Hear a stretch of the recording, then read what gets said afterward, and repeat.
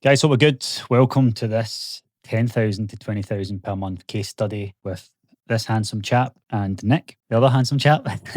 Nick, how is it? How you doing, mate? Good. Busy day. Exciting. Looking forward to this? Yes, lovely. Okay, mate. Let's get stuck in. We'll start off, first of all, with a quick intro into who you are, where you were before, and what made you kind of get to this point you're at right now. So, as I said, my name's Nick. I run Three Peak Fitness, which is a group personal training gym in Cambuslang. And we run a kind of results based transformation program called Results for Life. And, I've been a coach for over 12 years. I kind of got to a point where I realised that I'd hit my ceiling. I was kind of couldn't get past the kind of 3K per month. And I realised very quickly after a conversation with Chris that service wasn't tight enough, pension wasn't there. I didn't have any systems, so my business was basically held together with hope.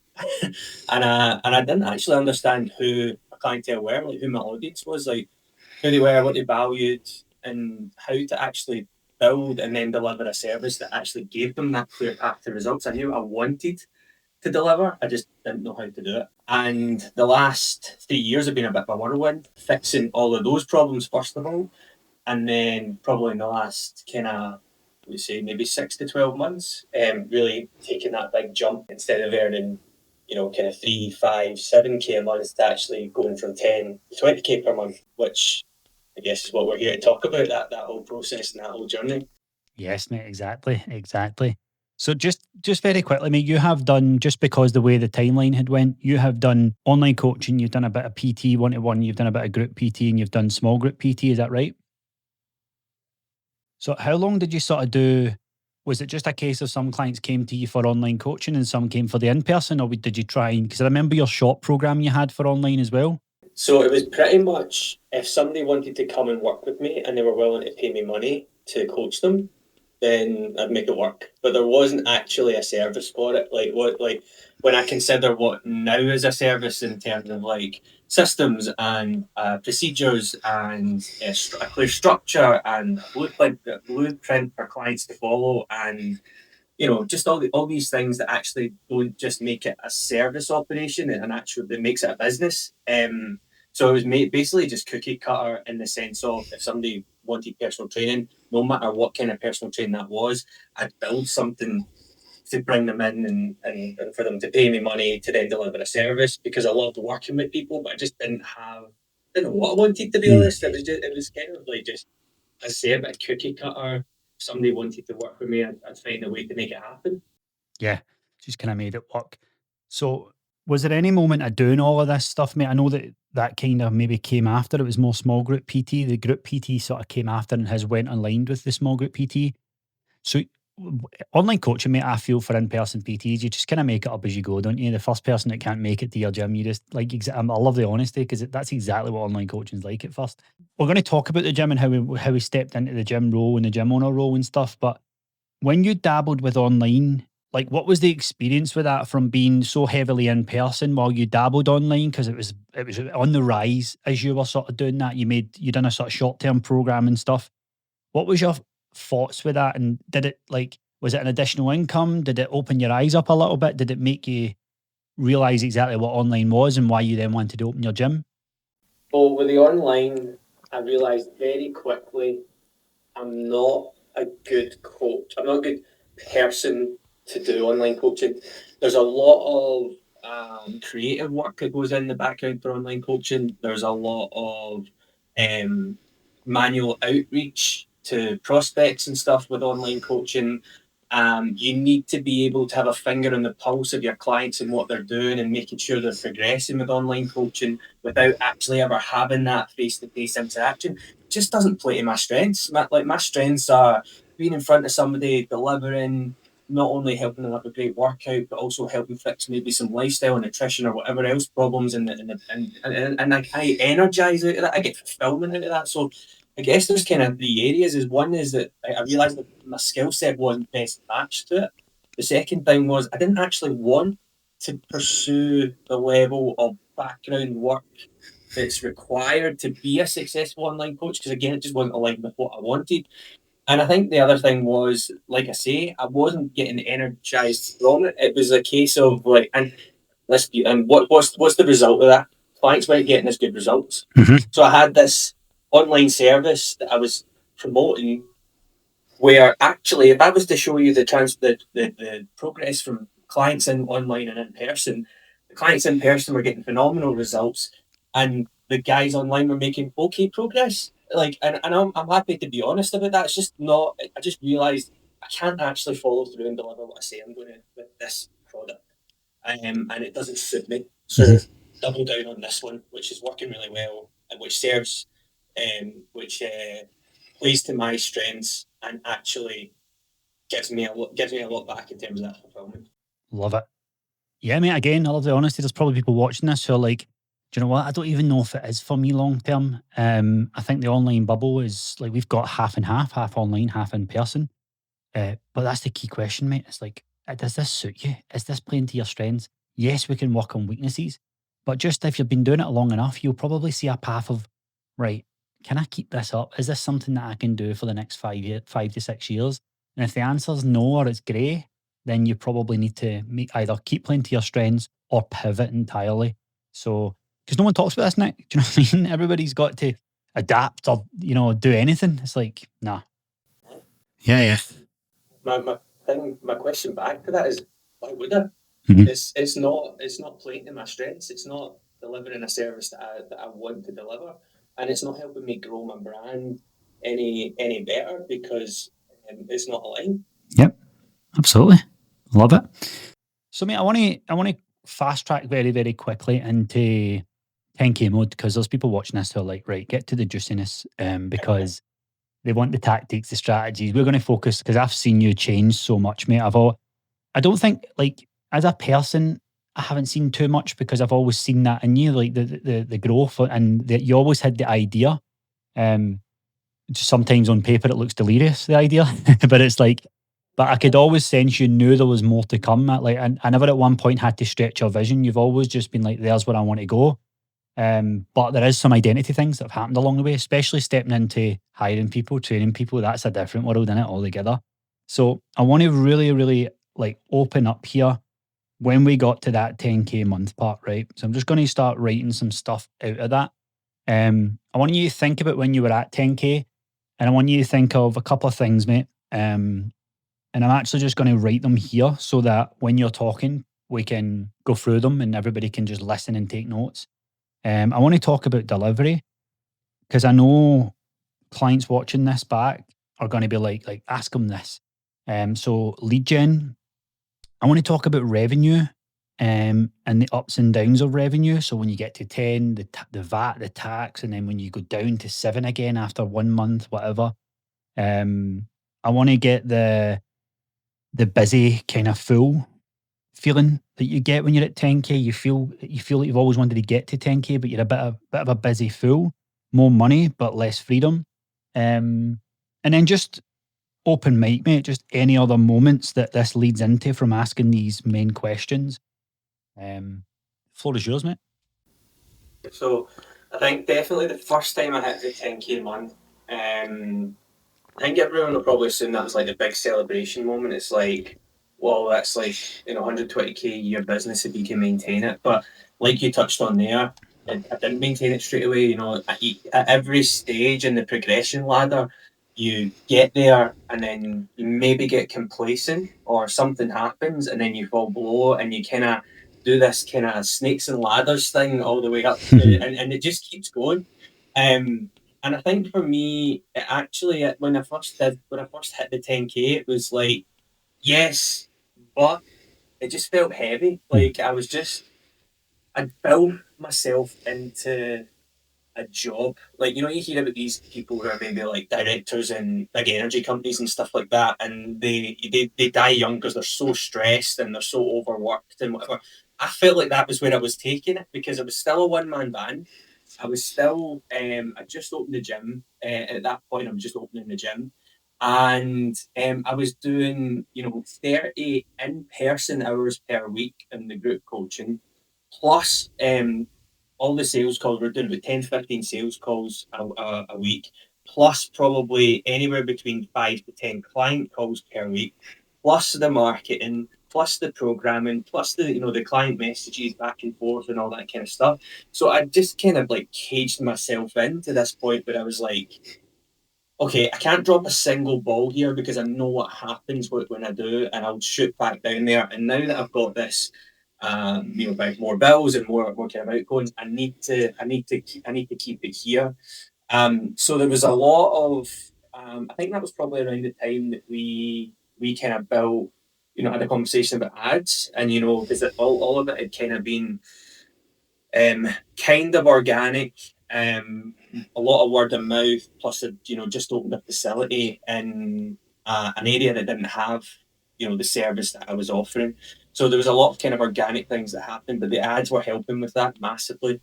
And that kind of let me that took a lot of pressure off. I then didn't have to commit 10 hours or 5 to 10 hours a week recording and posting content. I still had to create, but I didn't feel the pressure to go and do that. There was prospects reliably coming in. The way we set up the process was they were actually booking in the calls themselves. There's very minimal kind of legwork that had to get done to do that. And then that let me just have the conversations, which, as I said earlier on, that's where I thrive, is actually the face-to-face or the over-the-phone interactions with people. So then selling the program and what we offered and the service became easy. So all of a sudden, all this big pressure with sales, with no processes or systems behind it, kind of flip a coin and hope it lands in heads. It just came right down, and it just became a lot easier. Which then gave me more energy to then focus on the service and actually developing the service, developing the client results. And then, as we all know, as coaches, that's what then lets things really start to ramp up and speed up. When people see proof of concept, they can see that it works. So yeah, I think from there we kind of, I don't know if you want me to jump to the kind of maybe 10 to 15K mark yet, if there's anything else you want me to touch on at the 10K mark. No, I think this is good, mate. I think that covers the lead gen, the delivery side of it. We don't want to list your whole entire job as you were doing at the delivery stage for people, but I think this is the spot on part you mentioned, mate, creating a bigger version of the job. I think a lot of people think when you get to 10K, it's going to be any different from 7K. It's not. It's just more pressure and a little bit of a false sense of security. And you might think, Chris, how can 3 more K per month feel like a small sense of security? Because it's really about, like, 10K is the decision maker. I remember speaking to you and going, Chris, do I just push past this, or do I just hover or just stay under? Because I don't know if I've just done the maths and this doesn't look worth it being at 10K. So I think we've covered that with the creating a big job, all the hours of coaching, 5 to 10 one-to-ones, doing the programming, client messages, the list goes on here, right? So that's an idea of where your sort of life was at. And by the way, like, most people don't get to this because the work that's required to get there is a lot. It is a lot, and people just shy away from it. So yes, mate, let's talk about 10 to 15, then to 20. One thing I just want to get out then is just like really start like looking at the turning point. So I'll let you don't have to go with these titles, mate. These will just help me make sure the viewers get their questions answered, because I can still remember like being at this point, being like, right, what is he doing that I'm not? Especially clients, like they've got access to all the same resources as you, the same help as a team and stuff. So I'm just like, well, what am I not doing different? So let's look at what clicked, and we'll look at anywhere between 10 and 20, mate, whether it's 5K extra, 2K extra from that range. A big one I want to focus on is like, what did you stop doing? Because when you get to 10K, you need to stop doing things. And then you need to stop doing a lot of the things that got you to the dance, and then you need to start doing new things. So let me know what you stopped doing. And again, a big part of this, you can go into the intricate details, but I just want to know, like, what pushed you? Like, you're from a similar area to me, mate. You want to create an amazing, life with your wife. You've had no money in the past, like none. Been in debt like me, and now you're in this position. So you should have just stopped at 10 and went, Nick, hey, that's enough, mate. Don't be greedy. But I want to know why you kept going, right? So I know that's a lot, mate. Please just flow. No, that's, I think, yeah, no, that helps. So I think first of all, what motivated me to keep going? So I think that's the important part. Is I realised this was great, but it was still the whole business was still dependent on me being available. That meant I still couldn't take holidays, or at least not take holidays without worrying about the whole business falling apart. Um, I didn't have any support or help other than you guys. Like I didn't have any like internal help in my business, no staff, no coach, no team. Like and I realised that that's where I needed to go. And because of that, I then was then with you guys calculated like, okay, well, what do I need to pay someone to come in and do this amount of work?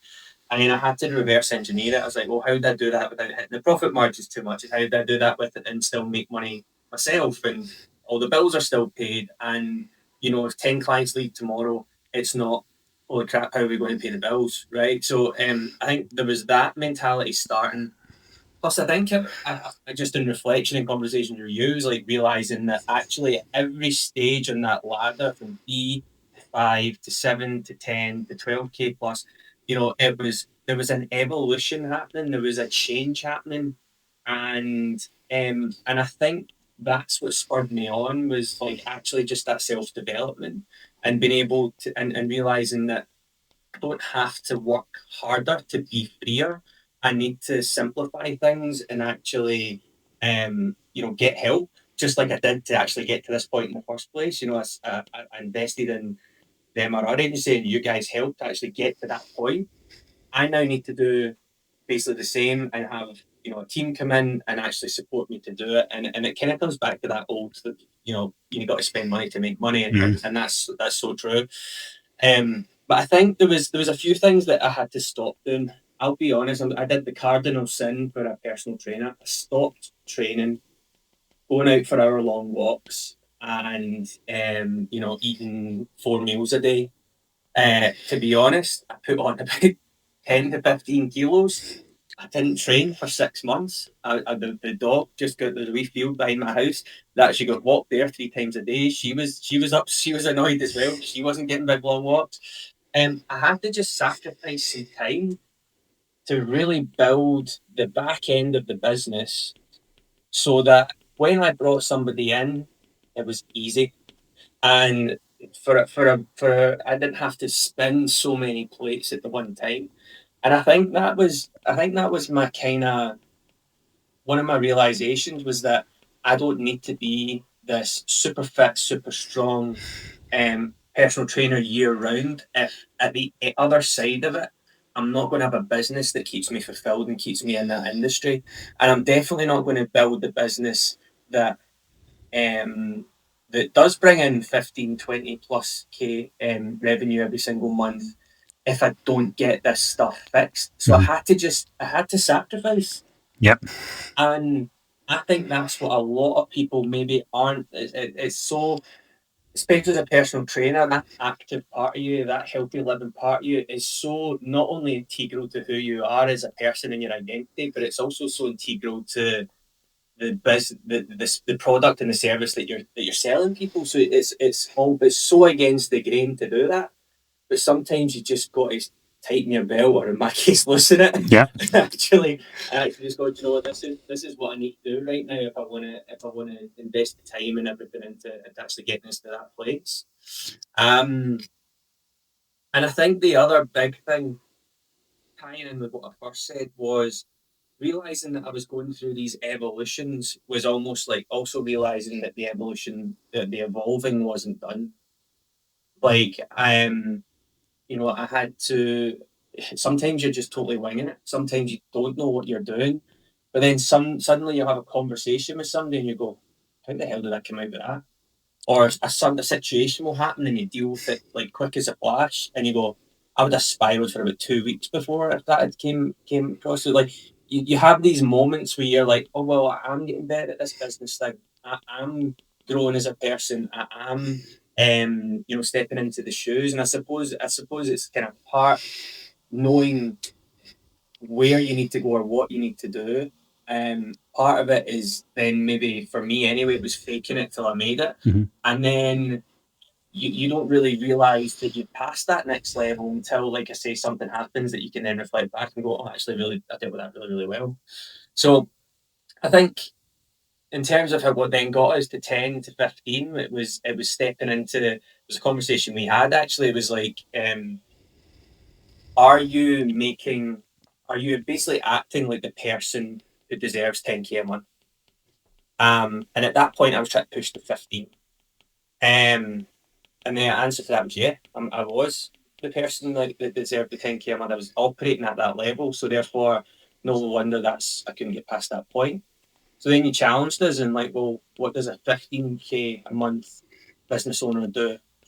And I really took some time to reflect on that, and I think the whole outlook, decision making, everything kind of just jumped up that 10%, and suddenly within, I can't remember exactly, I think it was like 60 days, it was over like a couple of months, we were suddenly 15k a month.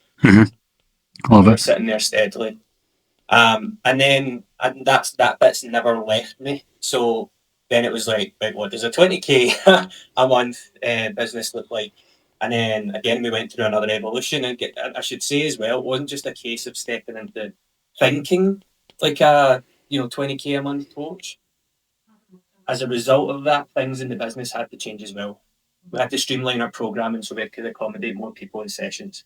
We had to streamline and simplify the onboarding process for our clients so that we were spending less time back and forth trying to get people, because you know what it's like, if that first impression, they're kind of impact, their motivation's dropping because it seems too overwhelming and too confusing. That's not how you want to start a client off in the journey. You want excitement, you want referrals, you want to be able to get them in, get them moving, get to see them progress quick as possible. So we had to make a lot of changes. And then at the 10 to 15k mark, I brought in my wife, Bryony. She'd started to help me with the operations stuff. That gave me, 10, 12 hours a week back to then focus on other things. Then we brought Shannon and Jamie in as coaches within a month of each other because, because we were stepping in that role and we were evolving things, it was just starting to really snowball. And I always remember that metaphor of, if you want things to snowball, at first it requires effort. And we put a lot of effort in over a lot of months, years, over the last kind of 3 years in particular. And that's when things started to snowball. So I couldn't get stuff in quick enough. Yeah. So I had like Shannon come in, he did some hours. Then I had Jamie come in and he did some coaching hours as well. Now we've got our fourth, including myself, our fourth coach in. We've got Bryony doing operations. We've got 2 setters, helping us in the back end manage the sales kind of side of things as well. And before you know it, like I had a moment just before this call where I was like, holy crap, I've got a team of 7 people. 3 years ago, or not even 3 years ago, a year ago it was still just me. Mate, incredible, man. So I just want to very quickly get bullet points here then, mate. So if we think of like before, what did delivery look like before versus now? So was it like hourly, stuff like that? There were, just to keep things simple, there was 3 blocks of sessions per day. Early morning, mid-morning, evening. That was Monday to Friday. And between the early morning and mid-morning sessions were coaching call with you and creating content for the day. Afternoons between the kind of mid-morning sessions and the evenings was sales calls, client calls, and check-in feedback on a Monday, because again my service was just flooded with get as much as possible, because we all tie that to value, maximum delivery and volume of delivery to value, rather than what we now know as we mature as business owners, which is producing a result in as quick a time and frame as possible, as efficiently as possible, with as least friction as possible. So it was just, and then so there was that, and then the evening sessions, and then in the evening on a Monday I was also doing a group coaching call as well. So it was a 16-hour day, Monday to Friday, like pretty much for the 6 months before I decided I was going to bring anyone on as a team member. Yeah, I think that's so important to point out. One thing I don't want to do with this video is portray some sort of easy life that Nick is living, because as much as he's got less hours committed, he has a lot bigger decisions to make and he needs a headspace for it, which we'll cover in a minute. Cool, mate. Is that the before delivery wise, would you say? Yeah, but I mean, to be honest, the intricacies probably don't matter to anyone watching this. The reality is, it was 16-hour days every day, Monday to Friday, burnt out on a Friday night, cracking open a bottle of vino, Yeah.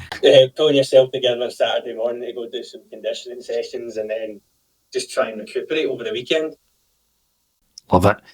Give us a breakdown on it now then, mate. So nowadays, so I now coach 6 hours a week. So instead of 6 hours per day, it's now 6 hours per week. Yep. The team take the rest of that. We've also got a structure now where I coach 50. I'm in charge of coaching 50% of the clients outside the gym. The other coaches take the other 50%, and they've got like KPIs and things that they stick to, so they know what they're doing, and so that we can measurably see clients improve. We've got setters managing the prospects coming in and the sales calls and stuff. So we don't need to do them unless I'm needed, or there's a particularly maybe difficult case where someone maybe got serious injury or a health condition or something where it's maybe better that I do that. I do a lot more kind of personal development now, and managing the team, developing the team. I was talking about this with some of the group coaches and gym owners yesterday about how we were at Sean had asked us how much time do you spend per week developing your team. We've got a meeting once a week, plus we've got one-to-ones with the coaching team as well, with shadow sessions. And it's not Big Brother's watching, it's like, cool, where can we improve here? Where can we get better? Where can we make sure that we're all singing to the same hymn sheet and actually clients are having a good time? From even to staff stuff, like when trying not to go to tangent here, right? But just like the playlist in the gym that people are playing, making sure that there's a good vibe in the place. Things I wouldn't have thought about. I think probably about a year ago I did just play some Mozart myself more than anything. I just trying. And yeah, I've got a lot more free time, so I'm reading books a lot more. I'm going longer walks with the dog. I'm paying closer attention to my own training now. I'm the leanest I've been in the last kind of probably 5 years, because I've been able to invest that time back in it myself. It's allowed me to go on holidays without having to change the service, which is great. Even up till very recently, when when I went on holiday, or any of us went on holiday, the rest of the guys have to step up. And then by the time you come back from your holiday, they all need a holiday. Whereas now we're at a place where we can actually, if someone goes on holiday, the business runs as normal. Yeah. So it has no effect. And we're still growing. We're producing results, like I say, faster, more efficiently. That's what I was going to ask, Nick. So see all of this here. What has it done for the people that walk through your front doors? What has because we're covering your identity and your stuff here, but ultimately it's all for, yes, it's to grow the business. Yes, it's to get you in a position for your family and stuff. But what ripple effect has that had on the people who've walked through the doors?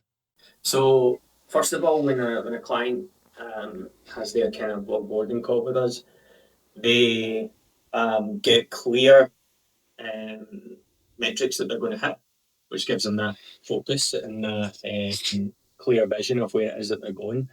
The reason why I think that's important to mention is because there was a time where I'm sitting there with my fingers crossed, wishing, hoping, praying that they actually do it. But we've got clear systems in place now that even our clients follow. A success system that they follow week to week. They've reduced the deliverables that we're actually giving them, so there's less for them to do. And to come and come away from the context and answer your question, our clients are getting better results than we've ever been able to deliver before. The kind of results that you maybe looked at back in the days of like really strict, 12-week transformation programs, and you go, how the hell are you doing that in 12 weeks? Like, we're doing it over a longer time frame, don't get me wrong, we're doing it over maybe 6 to 12 months, but the point is we're delivering more of them. Rather than 10-20% of our clients getting great results, it's more like 80% of our clients are getting great results. So we've been able to peak those troughs, and I think with that comes confidence, and that confidence translates to your client. When you have a conversation with somebody and they're having a problem and they can't see the way forward, and you have that conversation and you just see the hope light in their eyes, but it's not because you've said anything weird or wonderful, or that you've given them some sort of hoodoo voodoo solution, right? It's just you've been able to confidently tell them what's going to fix the problem, and that comes from the experience. And I think, just to touch on what was already talked about, is like the energy that you have and the capacity you have from then not being burnt out all the time. The answers come quicker. You're able to just say, look, this is what we need to do, and you fix the problem faster. So clients move forward quicker, they get results faster, they're happier, they stay with us longer because they love the community. It's just a great atmosphere. It's brilliant. Yep. I wish I could put it down to something, but I think it is. It's a Compounding it. Compounding, yep. Yep. I think that's what I want to touch a bit on confidence. Well, obviously, we've got the confidence when you see over 100 people walking in the front doors every week. I think that fills you a bit of confidence. But I want to talk about confidence then from more of a lead flow and now more predictable revenue. So I'll be honest, I don't think you ever, as a business owner, certainly if you're naive, you will, like I did probably last year, the year before that, I thought I am invincible. This is it. I'll always have leads or whatever. Then, like any business owner, you go through a patch and you learn. But right now, we do have a very predictable way for you to get clients and leads. So, first of all, how has getting consistent leads been becoming very, very good at sales affected the way you make decisions so in life and in business? I think in life, I don't stress, which is a big one. I then therefore don't make rash decisions or panic sell or reduce my prices or sit with my head in my hands at night wondering how we're going to get back to where we were. I know that if I don't lift a finger, we'll pretty much. I mean, I won't go down the naive route, but on average, we will make 10 sales a month. Which, even on a bad month, is not only replacing anyone that leaves our business, but it's actually replacing them twice over. So we're growing as well. So I think there's just it's definitely calmer, and more confident. As you know, we've torn and apart and rebuilt our sales process time and time again. I think we're on like the fourth version of it. And even when it was good, we were like, right, we can do this better, we can do this quicker. And we've been able to now do that. So yeah, I think just in life, it's just allowed me to not put pressure on myself and not take my work home with me, which sounds strange as the business owner, but because it's our baby, it's what we look after, it's everything that consumes our thoughts and our time. But actually being able to come back and not go, I need to sit at the computer for 4 hours. I'm actually going to go read a book for a couple of hours. Yep. I'm going to sit and watch a Christmas movie with the wife. That's been a big difference. And then in business, it's allowed me to predictably see where we're going to be. And I think, again, having been on this journey with you in particular over the last few years, and going through, because I think if you go through seasons of coaching without any support, it is like flipping a coin. But when you've got that support there and you've got a structure you can kind of hold on to and use, it becomes a little bit more. I keep using the word predictable, but that probably is the best word for it. And the seasons that you go through as a coach in a coaching business, where you normally are lows, like you and I have had this conversation a couple of times this year, where you're like, how have you peaked that trough? Like, how have you had lots of sales where normally everyone's got really low sales, and we've not changed anything. If anything, we've just followed what we've followed. So we're able to then plan and predict more. And then if we had had my VAT bill a few weeks ago, and I was like, oh, there we go, and paid it, and then but there was that was the first time, because that was our third VAT bill. The first two, because of our outgoing, we'd kind of been able to write off most of it. So that was the first time I'd actually have to kind of 4 or 5 grand in my hand. Yeah, it's not nice. Yeah. So actually being able, that was the first time I'd had to kind of go, oh man, that's the Sudocrem, that's the sore one.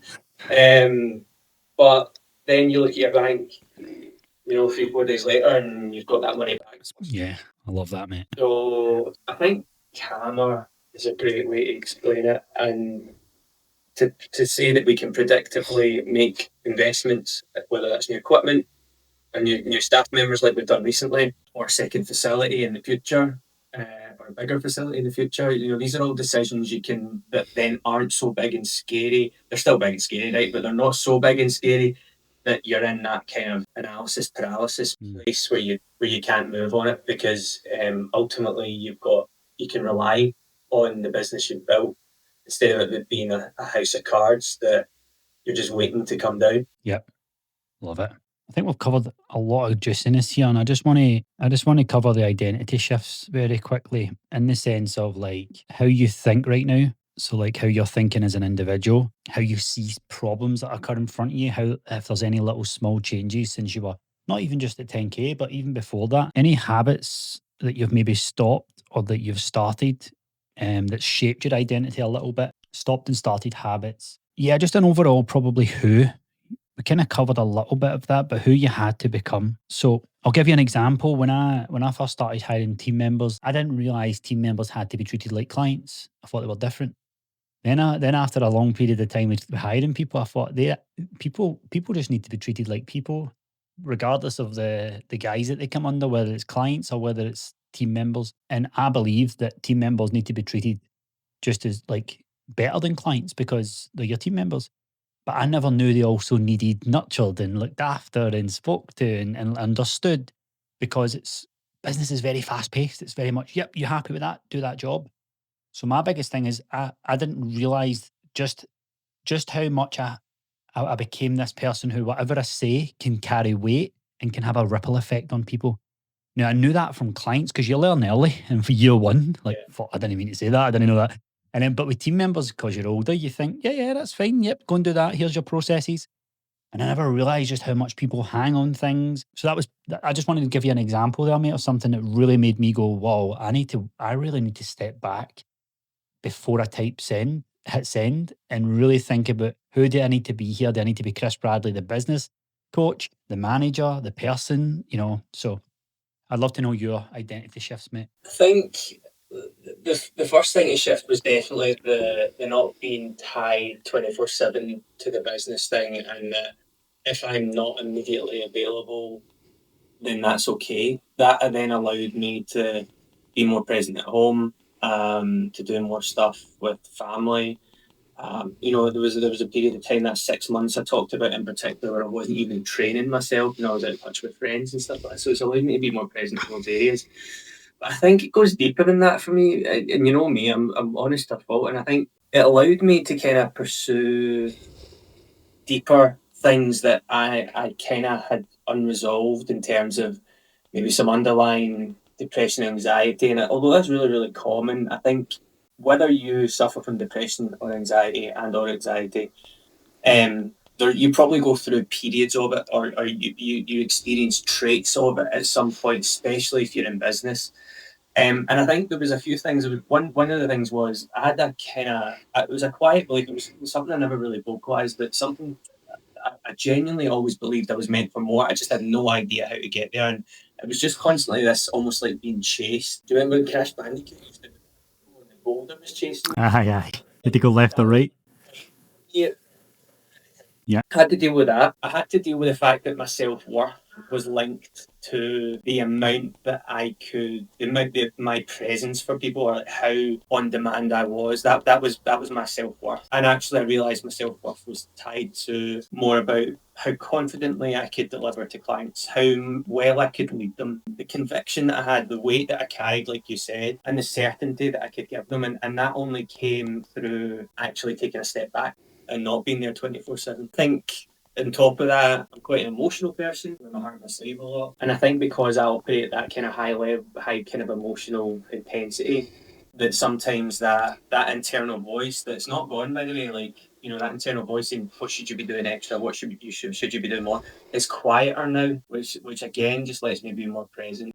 But I think the biggest thing for me is I was building a life for myself that demanded high performance, and I thought high performance again was linked to delivery.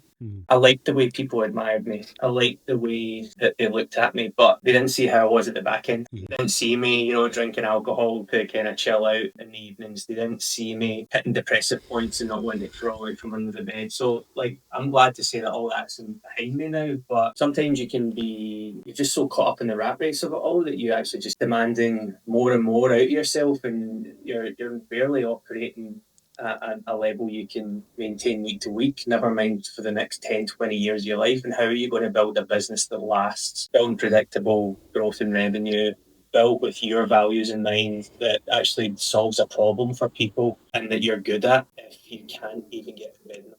Yeah. So, mate, let's touch on that before we sort of end with some advice for people at different income levels. I want to revisit the training thing, because I've been the same as you, mate. I have been a rich man who's fat, and I've been a rich man with abs, and I choose a rich man with abs all day long, right? But I was, that's not to make this about me, but I was the exact same, mate. I went through your exact, maybe that was a training, get fat and get rich. Maybe you followed that training. Because I was the same, mate. I locked myself in, and I just, my fitness deteriorated. To be honest, mate, I was just doing stuff I loved, which was business. I was just loving the business, man. I was loving serving clients. And the idea of me escaping from my desk to just go in a gym and do tricep pushdowns, I was like, no, thank you. But obviously I needed a reshake and stuff. So let's talk about that, mate, because you've done a whole host of fitness stuff. You've done your photo shoots and all that, like me as well. But there's people watching this who are really, really taking fitness to the next level. But especially your people come in the gym. There's very few, there's founders, CEOs, and they just can't juggle it. So now that you're at the other end of that, mate, what's been your lessons with that? Because I've got a few as well where I'm like, I've now broke that cycle of justifying takeaways and justifying not training. What's your thoughts on that, mate? What's your debrief me on that? Like, now you've lost the weight again and your business is better than ever. Was there anything for you that landed? Was it maybe the kickstart for the honeymoon that helped, get it going, or after that, or what was it, Ethan? Do you know what it was? I think one of my big goals was to pay off the wedding. We were going to go to the just the registry office because that's what we could afford at the time. And then we found the perfect venue, the perfect package, and I was like, no, we're going to have the wedding. We're going. So I think it was that before it was the honeymoon. And then the closer it got to the wedding, I went, I better get in shape. I'm not going to film and fit my kilt. So there was that. But no, I think it's the identity thing. People are just too afraid to pull away from the thing that they enjoy or the thing they think they should be doing, which for a lot of us coaches and business owners is fitness. But if you don't pull away from it a little bit, I'm not saying you need to stop. You don't pull away from it a little bit. I went to the extreme end because that's all I can operate in. So I went to not doing anything. But if you can't pull it back 20-30% and then invest that time and energy into your business, don't be surprised when 6 months, a year down the line, you're exactly where you were at the start of the year. The sacrifice has to come from somewhere. I wasn't willing to sacrifice time with my wife, with Bryony. And that would have been my time to train. So I sacrificed my time to train, my time to go for walks, my time to prep all the meals for the day, and lived on the thing is, you still live a personal trainer's diet. You're still hopped up caffeine 99% of the time, but by just for 6 months, really digging deep into the business, tearing everything apart. You always use the phrase being curious about everything, having conversations. I like to give a lot back and be really honest and transparent with the community of coaches that we know and that we work with, because I got that from them, and I think there's a lot of people who won't realise the impact that they had on me and me getting here, that I want to be able to give that back. And the only way you're ever going to reach that point where you've not only taken enough value to change your own situation, but to the point you can actually then even maybe give something back, is if you sacrifice somewhere. Mm-hmm. Yeah, mate, I agree. I think I'm glad it came from you as well, because whenever I see it, it's like people like, yeah, you would say that you're a business coach, you're always going to be about that. But I just see people leave the industry, mate, in shape, and that breaks my heart a wee bit, because it's like, all you had to do was reallocate time. And again, if you think of a coach who doesn't know what they're doing but knows what they're doing in the gym with their diet, they go in and they do all the tasks that require business maintenance, check-ins, everything else, and that's fine, but that's just maintaining the business. So yeah, you don't know what to do, but you're also training a lot. I'm not saying don't train. What I'm saying is the time you are working on the business,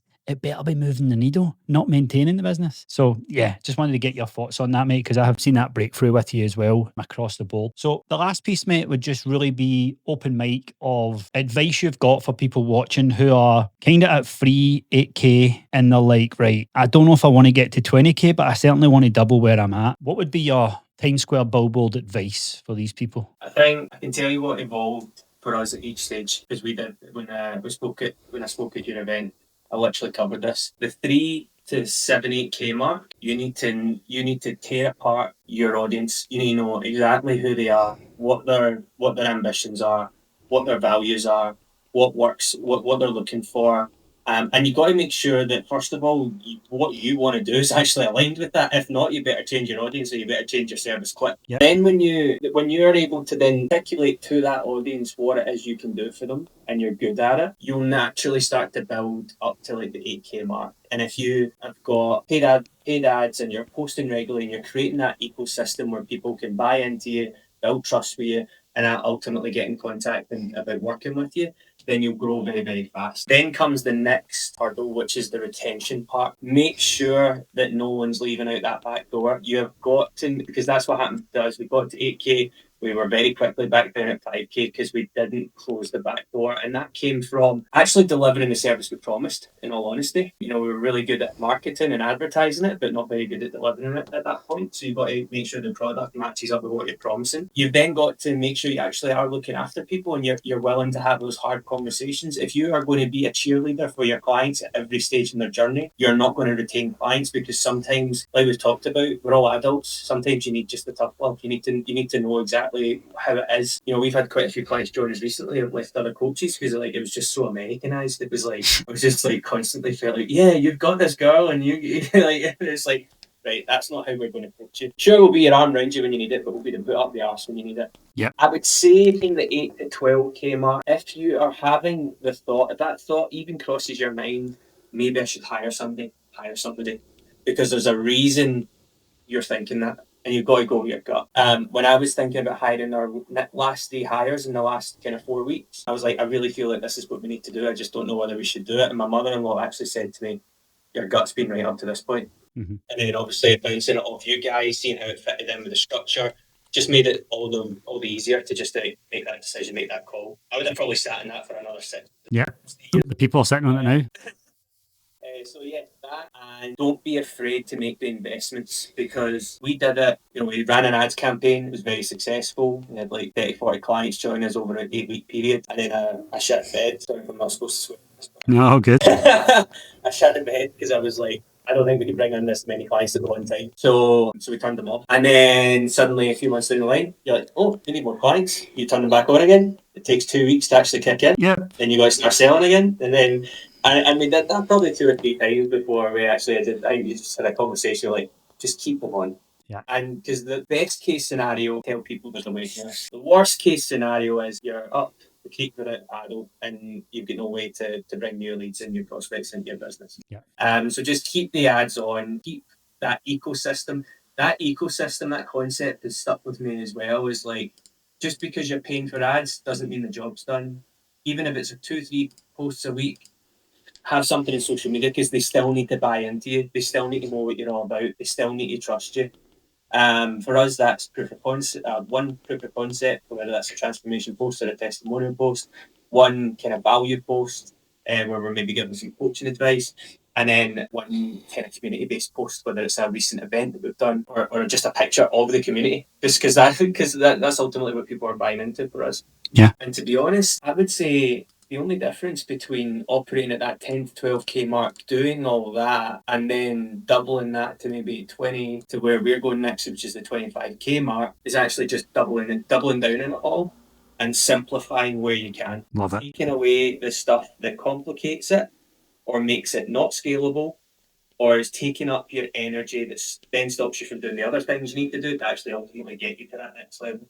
Yeah, simplify. Simplicity scales. Love it. Okay, mate. I think we've got a lot here to unpack for the people watching. Brilliant, mate. Really good to see. Hopefully that gives people who are watching just that clarity on each step of it. I think we covered everything there. So yeah, mate. Really appreciate your time. Thanks for your honesty and sharing that. Hopefully the next video is going to be when we cover the 30k mark, 35k mark. We'll see. Anyway, guys, thanks for watching.